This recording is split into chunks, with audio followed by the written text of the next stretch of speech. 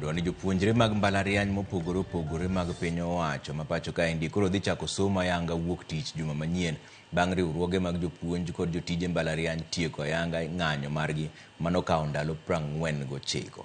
Bang' twak kuom seche kod migawo mar somo kawuono, riwruogego gikone noyie chudo mar gowi mar bilion 7.9 e kidienje ariyo. Winjruok bende ne nitiere e wi twak mar ogirimiti manyien. Jopuonj nigi ler mar wachni.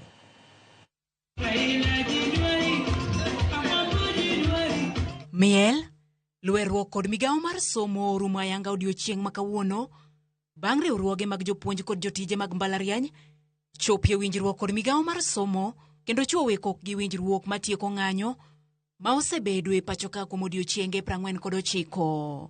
The strike is over. However, our members have committed that they are going to recover the lost time fully. The next thing, it is upon the government that you honor what we have signed here today.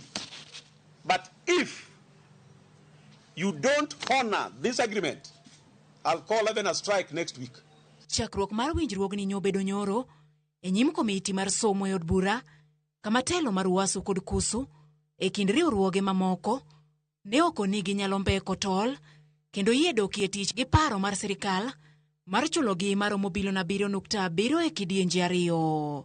Bang' twak kendo kawuono kuom seche buora, riwruogegi oyie mar kawo maromo bilion 3.85 giko higani ka omenda ma odong', to migawo mar omenda kod mar somo oyie ni biro migi hik omenda manyien.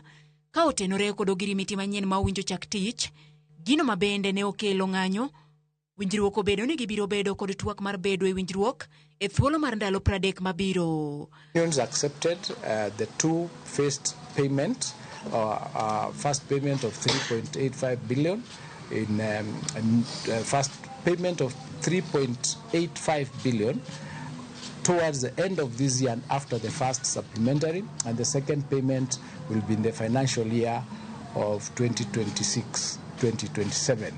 That CBA for 2025-2029 will be negotiated and completely registered within the next 30 days.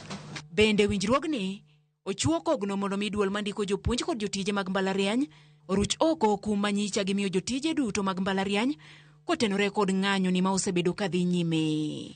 On behalf of all my colleagues, vice chancellors who are members of the Joint Negotiations Committee, we are very happy that today this strike has come to an end, that IPUCCF will work towards improving industrial harmony and ensuring that what we agree is implemented going forward. We are very much going to implement to the letter of the return to work formula and assure you, the public, that all universities are prepared to open from Monday.